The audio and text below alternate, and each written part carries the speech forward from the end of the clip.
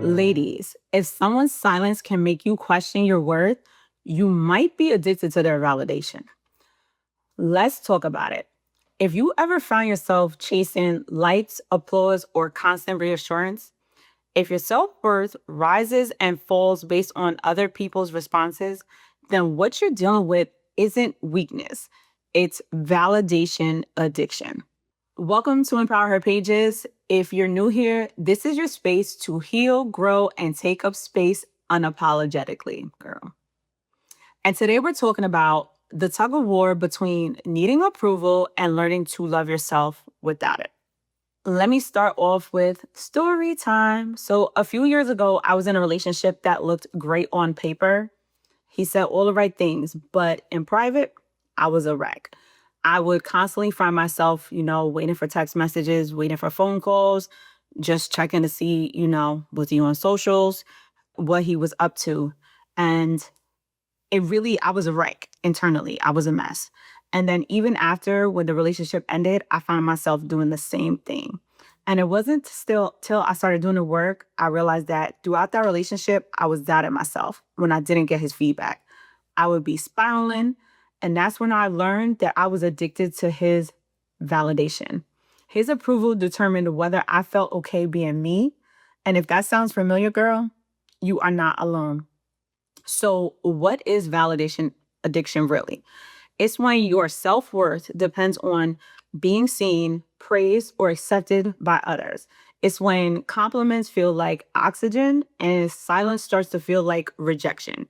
And the scary part is you don't even notice it at first because it looks like people pleasing, high achieving, or being the nice girl, right?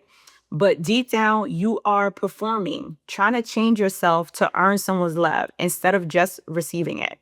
So now we're going to look at the differences between true self-love and validation addiction. So self-love says, I know who I am, even if you don't clap for me, right? I trust myself if no one validates my decisions. I'm enough even in stillness and silence. Self-love does not need an audience because it lives in your truth. Now we're going to break it down even a little bit further. Validation addiction says, if they approve of me, I feel safe. Self-love says, I choose me even when no one's watching. So how do we begin to break this pattern? Here's what helped me and what I now teach.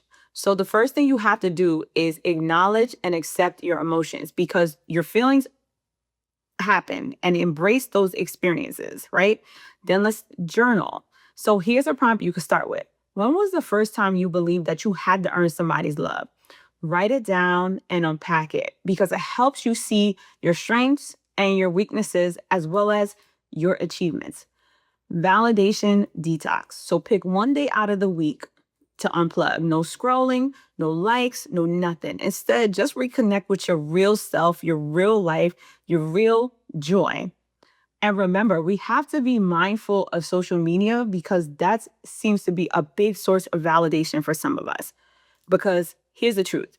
You don't need to chase validation to feel valuable. You don't need to overachieve, overgive, or overthink your way into being worthy. You already are worthy. And if you need support on this journey, girl, got you.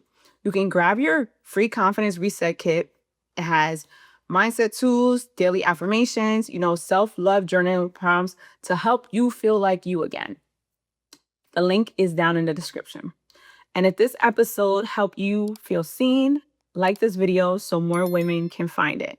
And comment below, what belief about your worth are you ready to let go of?